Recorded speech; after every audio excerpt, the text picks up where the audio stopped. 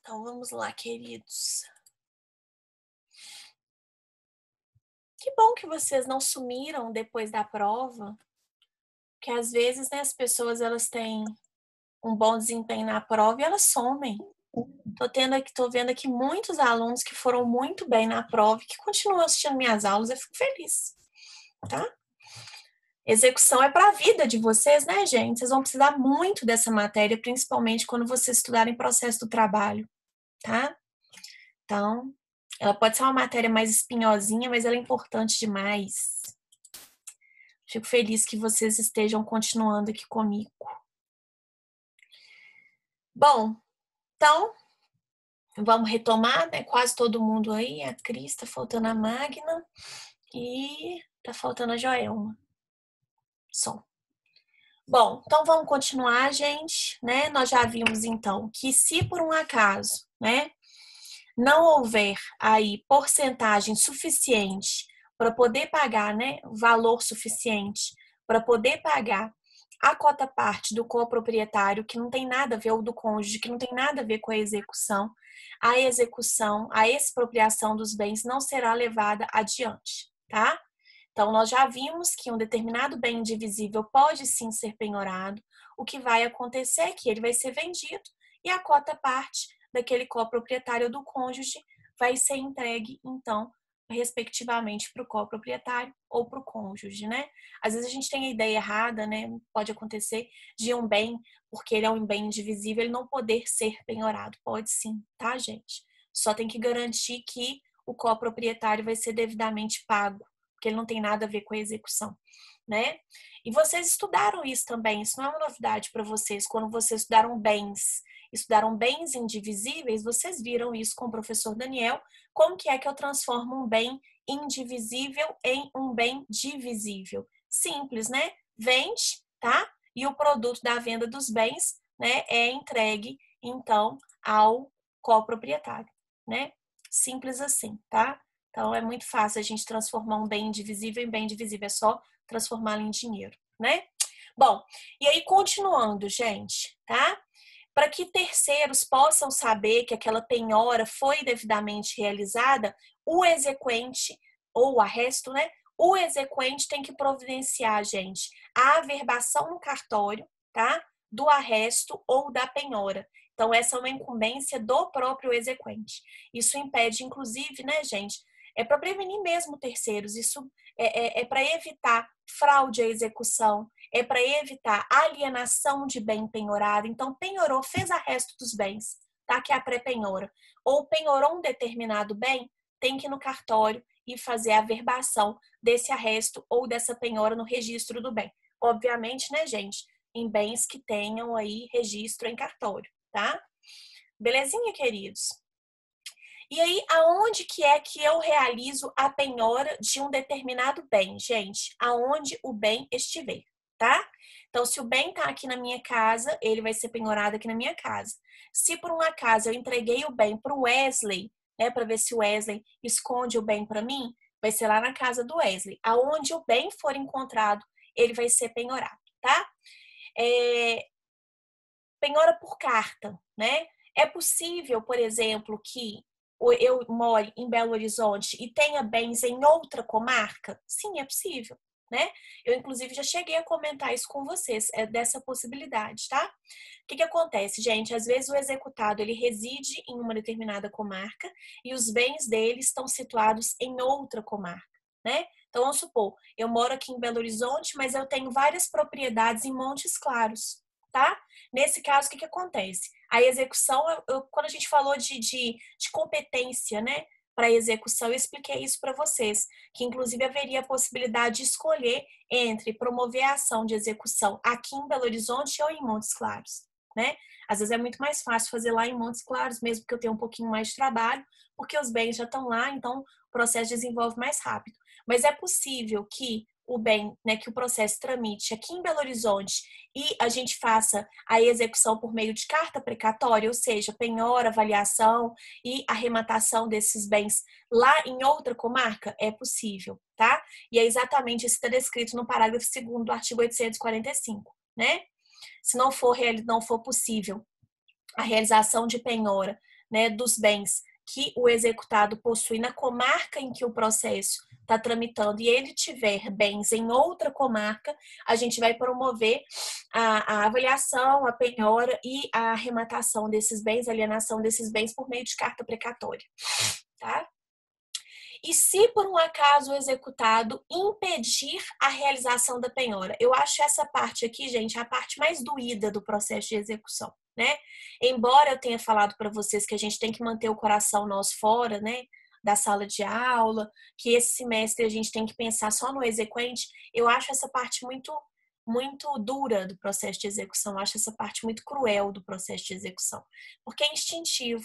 Às vezes a pessoa, para poder evitar que os seus bens sejam penhorados, ela se tranca em casa, né? Ela esconde esses bens em um cômodo, por exemplo, e tranca esse cômodo, né? Se por um acaso, gente, acontecer, né, do executado inviabilizar essa diligência para que essa penhora aconteça, tá? O que vai acontecer é o seguinte: o oficial de justiça vai pedir ao juiz uma ordem de arrombamento, ok? E aí, então, o juiz expede essa ordem de arrombamento, verificando ali naquele caso concreto quais são as circunstâncias para poder autorizar essa ordem de arrombamento. E aí, essa diligência vai ser cumprida por 2 oficiais de justiça, tá?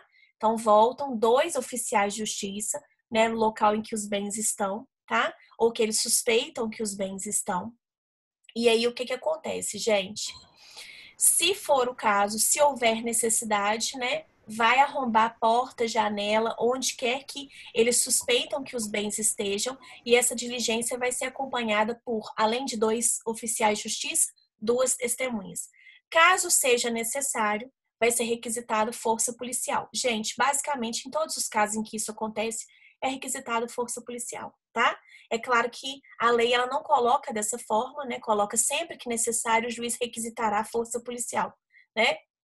Ao fim de auxiliar os oficiais de justiça na diligência.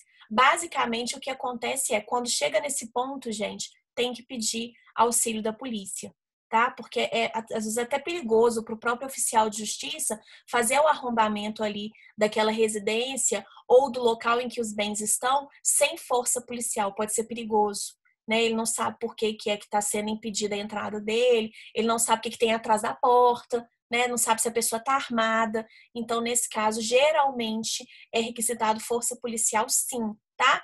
Para poder fazer o acompanhamento da diligência. Além de 2 testemunhas que também vão acompanhar toda a diligência. E aí, gente, da diligência inteira. E aí arromba tudo, tá? Arromba porta, arromba janela, né? Arrombou a porta da frente e vai arrombando porta por porta até chegar nos cômodos para poder fazer a diligência e verificar se há bens passíveis de penhora ali, né? Obviamente há uma suspeita de que o executado esteja ocultando bens ali, tá?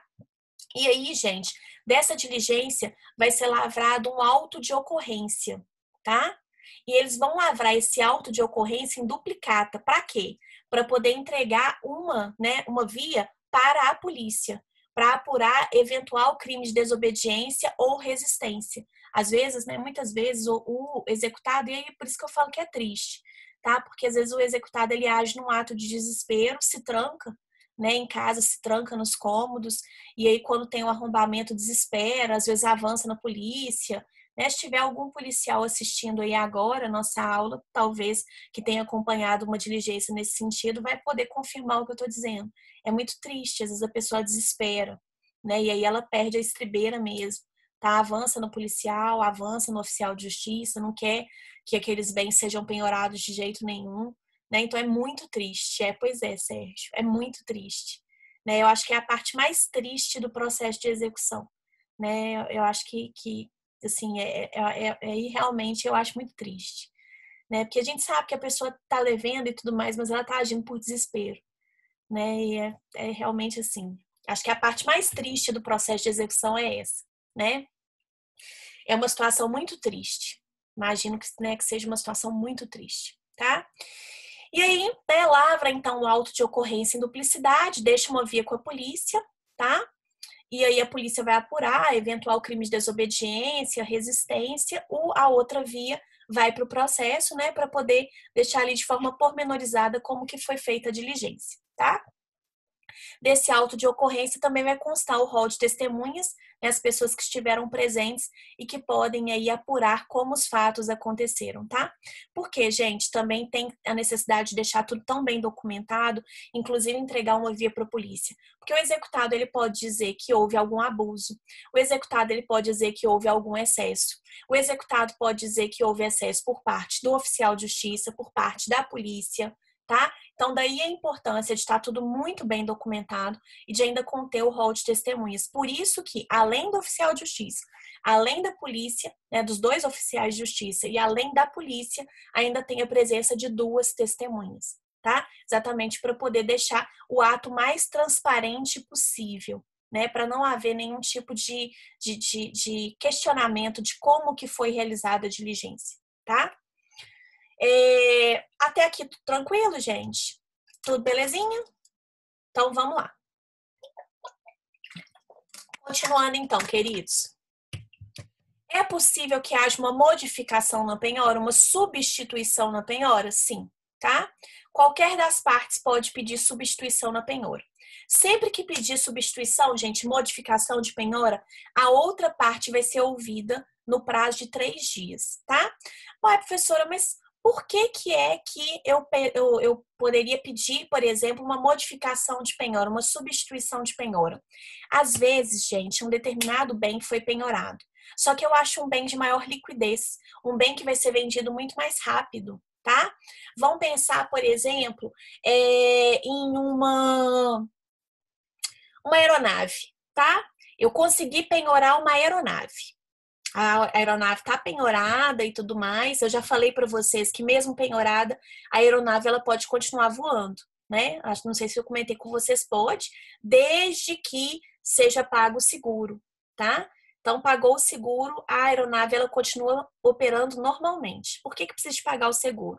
Porque se houver algum acidente, gente, né, não se perde aí o objeto da penhora, tá? O exequente ele pode ser ressarcido desse valor, né? Então, por isso que o executado tem que pagar o seguro para continuar, né, rodando com o bem, tá? Então, vamos supor que eu penhoro um avião, né? Penhorei o avião, estou vendo o mercado, difícil de eu fazer a alienação desse bem, complicado. Aí eu achei um carro do executado. E o carro do executado é um carro, né, de valor alto e tudo mais, mas que tem mais mercado, tem mais liquidez. Então, nesse caso, eu exequente, posso pedir essa modificação de penhora? Posso, tá? Então, vou fazer esse requerimento ao juiz para que o juiz possa decidir, ele vai dar vista do processo, né? Para o executado, vista daquela petição para o executado, e o executado vai se manifestar se ele concorda, se ele discorda por quê, e aí o juiz decide, tá? Mas sempre que houver aí, gente, uma substituição de penhora, tem que ouvir a outra parte no prazo de 3 dias. Isso, gente, tanto faz para o exequente quanto para o executado. O executado também pode oferecer bens passíveis de penhora, pode pedir essa substituição? Pode, tá? Bom, e aí, gente, o que acontece? Foi penhorado um determinado bem, tá? Vamos supor esse caso do avião, tá? Suponhamos que eu penhorei esse avião do executado. E aí o executado, para ele poder continuar rodando com esse avião, ele precisa de pagar o seguro, e tá complicado e tudo mais. E aí ele lembra que ele tem um outro bem, tá? Vamos supor que ele lembra que ele tem uma propriedade, ele tem um imóvel, tá? E aí ele oferece então esse bem imóvel, né? Uma substituição do bem imóvel, ao invés de penhorar o avião, que penhora então o bem imóvel. Isso é possível? É possível. E aí qual que é o prazo então que o executado tem para poder se manifestar quando, né, é realizada a penhora de um bem que ele acha que pode haver uma substituição ali por outro bem, né? Que ele prefere que outro bem seja penhorado. O executado ele vai poder, no prazo de 10 dias contados da intimação da penhora, requerer a substituição do bem penhorado, desde que comprove que lhe será menos onerosa e não trará prejuízo ao exequente. Então, penhorou o avião para ele super complicado essa penhora. Ele tem um imóvel. Então, no prazo de 10 dias, ele é intimado da penhora, no prazo de 10 dias, ele vai requerer a substituição da penhora, tá? Por outro bem. Ok, queridos? Belezinha? E aí, oi? Não? E aí, quais são os requisitos, né, autorizadores para substituição da penhora, tá? Se o executado comprovar a respectiva matrícula e registro, se o executado descrever os bens móveis, né, com todas as suas propriedades e características e disser aonde que os bens estão, né, descrever ser movente, se ele identificar crédito, porque pode ter penhora de crédito? Pode. Uai, professora, pode? Pode. Vamos supor que o avião dele é penhorado, tá? Só que o avião é complicado para o executar dessa penhora desse avião. E aí o que acontece? Ele tem um valor, um crédito para poder receber do Alisson. Vamos supor que o avião é do Luiz Carlos, ele está sendo executado, e ao invés, né, de executar, de penhorar esse avião, para o Luiz Carlos é mais interessante que seja penhorado o crédito que ele vai receber do Alisson. Ele tem um valor para poder receber do Alisson e ele oferece, né, como bem passível de penhora esse crédito que ele tem para poder receber do Alisson. É possível que isso aconteça? É possível. Para o exequente é bom? Muito bom, né, gente? É melhor, porque é dinheiro, né?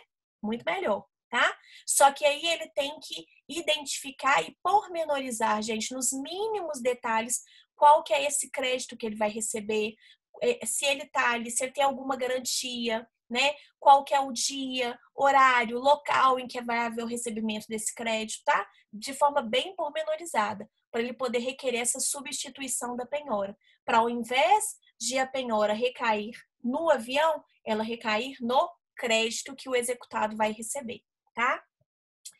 E atribuir em qualquer caso valor aos bens indicados à penhora, né? Além de especificar ônus e encargos. Olha, esse bem aqui, um carro, tá?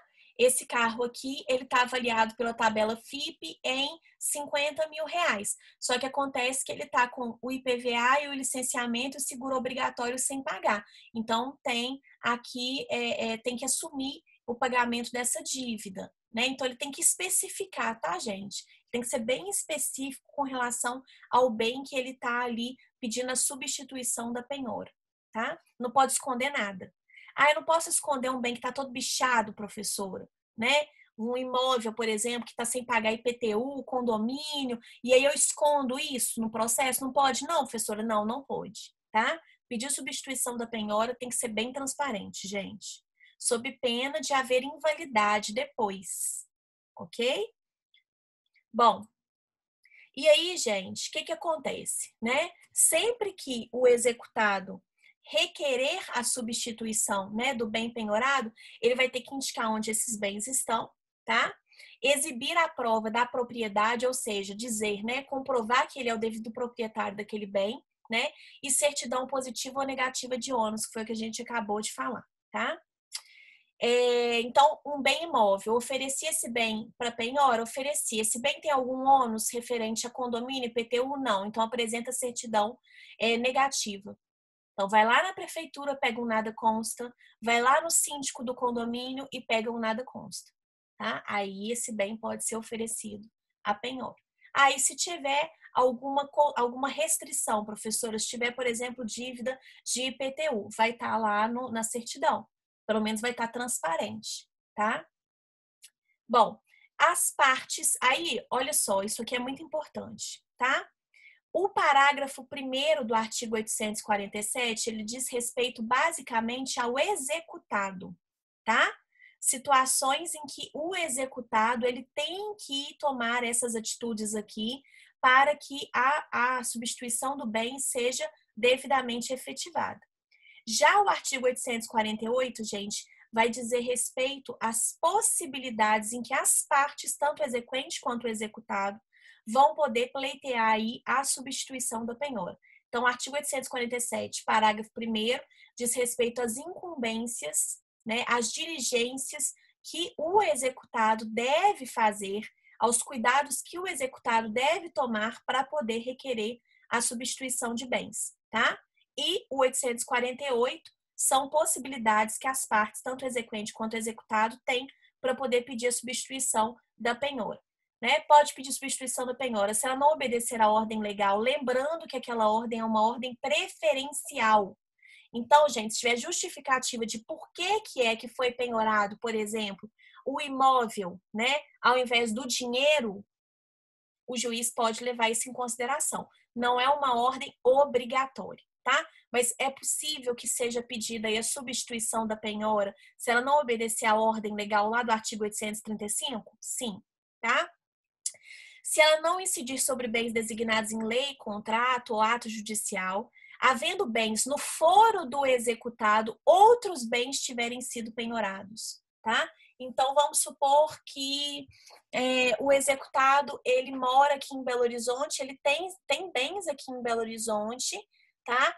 Foram feitas diligências aqui em Belo Horizonte, o oficial de justiça disse que não encontrou nada, e aí por isso eu tive que fazer a diligência lá em Montes Claros, né? Aonde, em tese, o executado teria bens. Só que depois eu descubro que o executado tem bens aqui em Belo Horizonte.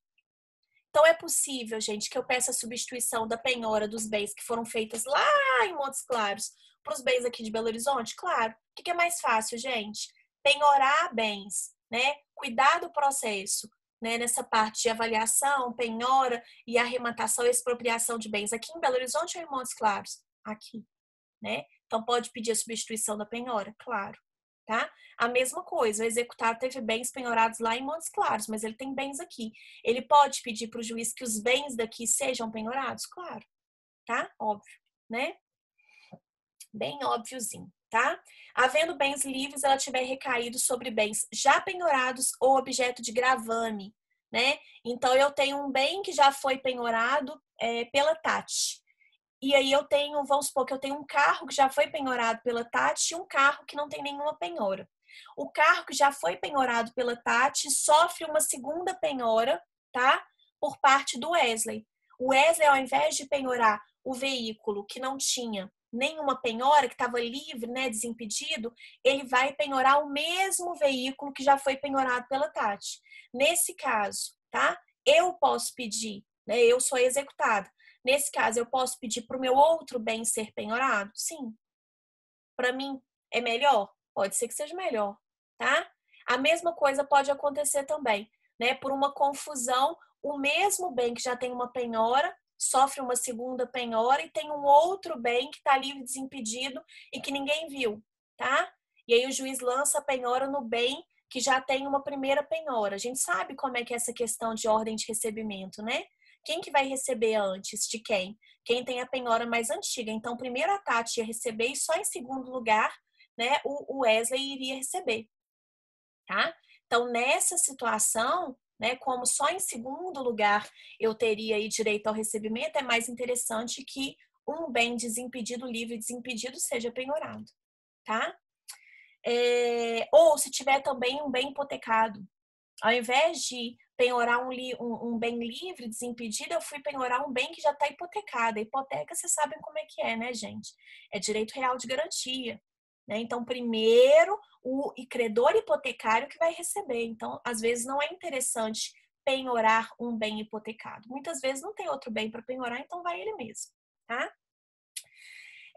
Se ela incidir sobre bens de baixa liquidez, nossa, penhorou um navio. Como que é que eu vou fazer a arrematação desse navio? O navio ainda está um pouco deteriorado, nossa senhora, e tem uma vaquinha para poder penhorar. O que é melhor? O navio ou a vaquinha? Vão penhorar a vaquinha, porque a vaquinha traz mais liquidez, tá? Se fracassar a tentativa de alienação judicial do bem, olha, penhorei o navio, né? Penhorei o navio e tudo mais. E aí levei e falei assim, não, vamos tentar vender esse navio aqui. Levei o navio para leilão, teve o primeiro leilão do navio, ninguém ficou interessado. Aí teve o segundo leilão do navio, ninguém ficou interessado também. Reabre-se para o exequente, depois do segundo leilão, a possibilidade de adjudicação do bem. Pergunta, eu moro em Belo Horizonte. Belo Horizonte tem mar, gente? Não. O que eu vou fazer com um navio aqui em Belo Horizonte? Vai estacionar ele aqui na minha garagem? O que eu vou fazer com isso aqui? Nem cabe na garagem aqui, que eu moro em prédio. Não cabe debaixo do pilotis, não. Como é que faz? Né? Imagina, tá? Então, nesse caso, né? Não teve arrematação desse bem. Eu posso penhorar outros bens? Posso. Tá? Posso sim. Fazer a substituição da penhora. Graças a Deus, né? Imagina se não pudesse. Tá? E o executado não indicar o valor dos bens ou omitir qualquer das indicações previstas pela lei. Penhorei o imóvel. Até então, o executado forjou uma certidão da Prefeitura de Belo Horizonte e uma certidão do condomínio, né? Uma declaração do condomínio, dizendo que o bem ele não tinha nenhum problema, não tinha nenhum encargo, não tinha nenhum ônus, não tinha nada. Então, eu fiquei feliz da vida, né? Só que aí depois eu descobri que, na verdade, as certidões são falsas. Nessa situação, então, eu posso pedir a substituição desse bem por outro? Posso. Percebam, gente, que são questões lógicas. Não é para vocês decorarem as possibilidades, é para vocês raciocinarem dentro das possibilidades, para vocês verem que são coisas que podem acontecer. E por isso que a lei permite a substituição da penhora pelas partes, tá? Há ainda a possibilidade da penhora ser substituída pela fiança bancária ou seguro-garantia judicial, tá? Nesse caso, o valor ele não pode ser inferior ao débito, né, da inicial e ainda vai ter o acréscimo de 30%. Eu, inclusive, mencionei isso para vocês, que a Vale, né, ela sofreu a penhora em alguns bens e o juiz, ele determinou, ele deu essa possibilidade para a Vale, que já está na lei, né, de ela substituir os bens penhorados pelo seguro fiança ou pela fiança bancária ou pelo seguro garantia judicial, tá? Então, o valor tem que ser o valor do débito mais 30%. Deu essa possibilidade para a Vale, né? Sofreu essas penhoras para poder pagar as indenizações. Bom, tranquilo, gente, até agora? Beleza? É possível, outra coisa, é possível redução ou ampliação da penhora? É possível, tá? Se o bem ele sofrer uma desvalorização, né? Nesse caso, eu vou ter que buscar outros bens passíveis de penhora? Sim, então eu teria uma ampliação da penhora. Se o bem, porventura, gente, sofrer uma supervalorização, e for possível, no caso, né, penhorar só parte do bem, eu posso ter uma redução da penhora, ou eu penhorei vários bens e esses bens eles sofreram uma valorização. Então, eu posso abrir mão de determinados bens para poder ter uma redução de penhora? Sim, tá? Então, é possível a ampliação da penhora ou a redução se houver, gente, desvalorização ou valorização do bem. Vou dar 2 exemplos aqui para vocês, para poder ficar mais fácil de vocês visualizarem, tá? Suponhamos que eu penhorei um lote, tá? Numa área rural, e esse lote tem 5 mil metros quadrados, ok? Só que eu fiz a penhora desse bem, gente, lá, e o lugar não tinha luz, não tinha água encanada, não tinha sinal de internet, não era asfaltado, era uma roça da roça da roça, tá? Mas eu penhorei esse imóvel lá, né? Esse lote lá, tá? E aí o que acontece, gente? Pouco tempo depois que eu realizei essa penhora, o local ele sofreu um projeto de urbanização. Então foi asfaltado, né? As ruas foram asfaltadas, tá? Do loteamento. Além disso, foi instalado poste, já tem luz elétrica, água da Copasa e já tem uma antena de telefonia celular lá. Então, o lugar ficou totalmente urbanizado. Com isso, gente, a penhora que eu tinha feito no lote de 5 mil metros quadrados, que valia 3 mil reais, agora esse mesmo lote vale 30 mil reais. A minha dívida, gente, vamos supor que ela fosse 3 mil reais, tá? E aí eu penhorei esse lote e falei, não, beleza, vai dar para poder pagar a conta, ok. Só que esse lote, ele sofreu uma valorização e ele foi para 30 mil reais. Nesse caso, gente, é possível desmembrar para poder fazer a penhora só de parte desse lote? Sim. Nessa situação, então, eu vou ter uma redução da penhora, tá? A mesma coisa. Vamos colocar o mesmo exemplo do lote, ok? Vamos supor que eu tenho esse lote ele valia 30 mil reais, tá? Só que acontece que, vamos supor que os lotes em volta desse lote de 30 mil reais foram todos invadidos, tá? E com essas invasões acabou que esse lote de 30 mil reais ele sofreu uma desvalorização. Suponhamos que minha dívida fosse de 30 mil reais. E aí, com as invasões dos lotes em volta, o lote sofreu uma desvalorização e hoje o lote está avaliado em 15 mil reais. Nesse caso, eu vou ter que pedir uma ampliação da penhora, eu vou ter que penhorar outros bens? Vou, por quê? Porque o bem que está penhorado ele não vai ser o suficiente para poder pagar minha dívida, tá? Pode ser realizada, gente, uma segunda penhora? Pode. Quando? Se a primeira for anulada, se tiver qualquer problema, gente, e a primeira penhora for anulada, tá? No caso, por exemplo, né, de deixar de fazer aquelas intimações obrigatórias, lembra que eu falei para vocês que a gente tinha que intimar obrigatoriamente o superficiário, enfiteuta, coproprietário, né, credor hipotecário, credor anticrético, não foi feito isso, tá? Então, foi anulada a primeira penhora, tá? Então, eu tenho que fazer uma segunda. Se os bens forem executados, gente, e o produto da alienação dos bens não for o suficiente para poder pagar a dívida, tá? Então, vendi todos os bens que foram penhorados em leilão e mesmo assim, né, como a gente não conseguiu vender no primeiro leilão, teve que vender tudo no segundo, o produto da venda desses bens ainda não é o suficiente para poder pagar o meu crédito. Então, nesse caso, eu vou atrás de outros bens passíveis de penhora, tá? Ou se por um acaso o exequente desistir da primeira penhora, porque os bens são litigiosos, ou seja, os bens eles estão envolvidos em outros processos, né? Ou porque os bens eles já têm outras constrições judiciais. Então, é um bem que já tem umas 3 penhoras, então não vale a pena eu penhorar de novo esse bem, eu vou atrás de outros bens, tá? Passíveis de penhora. Então, nessas situações aqui é possível que haja uma segunda penhora, tá? É possível também, gente, que bens penhorados sejam alienados antecipadamente. O que é alienação antecipada? Vamos pensar no processo de execução. Olha o tanto de coisa que a gente já estudou e a gente ainda não chegou na fase de arrematação desses bens, né? Desses bens serem levados a leilão. Então, num processo, gente, de execução, por mais que ele seja rápido, ele não é tão rápido assim. E existem determinados bens que estão sujeitos à deterioração. Ou bens, gente, que cada dia que passa que esse bem não é vendido, esse bem está sendo desvalorizado. Exemplo, um veículo, tá?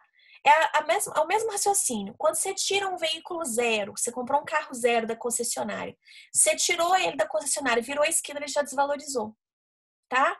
Carro é assim, gente. A cada dia que passa, né, ele vai desvalorizando mais, tá? E a gente também tem outros bens que às vezes eles sofrem alta, né, na cotação e que é interessante fazer a venda desses bens. Ações, tá? Metais preciosos, joias, pedras preciosas. Então, às vezes é interessante você aproveitar a alta para poder fazer a venda dos bens. Então, por isso que existe a possibilidade de alienação antecipada dos bens. Quando? Em duas situações. Se, por exemplo, a gente estiver diante de veículos automotores, pedras e metais preciosos e outros bens sujeitos a depreciação ou deterioração, né? Ou se houver manifesta vantagem. Então, se estiver deteriorando ou se eu tiver uma alta em relação àquele bem, eu aproveito a alta e faço a venda do bem, tá? Coloquei para vocês no material escrito, gente, um desafio, né? Quando que vai ser considerada feita a penhora? Quando for feita a apreensão e o depósito dos bens, né? E coloquei para vocês aqui uma dica da professora, que vocês sabem que é importante, né? Essas dicas, tá? A penhora vai ser efetuada onde os bens estiverem, né? Mesmo que em poder de terceiros, tá? Coloquei um exercíciozinho para vocês, requisitos. Aqui, ó, eu acabei de achar um errinho de português. Depois eu corrijo lá no SF Web, tá? E coloquei um caso prático para vocês. Em determinada execução, Maria, exequente, penhorou um veículo. Maria, preocupada com a desvalorização do bem, lhe pergunta a advogado se há alguma maneira de evitar a depreciação do bem. Como advogado de Maria, responda o que poderá ser feito neste caso. Poderá ser requerido ao juiz, né, gente, a alienação antecipada do bem, nos termos do artigo 852 do Código de Processo Civil, tá? Questãozinha básica, boa para poder cair na prova, né? Bom, gente, então, um beijo para vocês. Se vocês têm alguma dúvida, nós estamos nos últimos 5 minutos da nossa aula. Se vocês têm alguma dúvida até agora, mais uma vez, não deixem, não fiquem com dúvida, tá? Nossa matéria, ela é muito... Ela tem muita coisa, muito detalhe, né? É uma matéria muito densa, tá? Então, qual que é o conselho que eu dou hoje para vocês? Acabou de assistir minha aula? Dá uma lida no material para vocês fixarem, né, o que nós acabamos de estudar aqui. Faz os exercícios, tá? Para não deixar a matéria acumular. Afinal de contas, vocês ainda têm uma avaliação final pela frente, né? E essa matéria toda cai na avaliação final. Então, vocês têm alguma dúvida? Tudo tranquilo? Tranquilo. Estudem, tá? Estudem, né? Porque quando a gente não estuda, a gente não tem dúvida, tá? Estudem, não deixem a matéria acumular. E aí, na quinta, então, a gente dá prosseguimento à nossa matéria. Tá bom, queridos? Aí a gente já começa, acho que na quinta a gente já começa a estudar a adjudicação e arrematação de bens, tá? Então, um beijo enorme para vocês. Foi um prazer mais uma vez estar com vocês hoje de manhã. Vocês alegram meu dia, minha semana. Vocês tenham uma semana abençoada aí, tá? Até quinta-feira, então, gente. Um beijo enorme, viu? Beijo, beijo, beijo.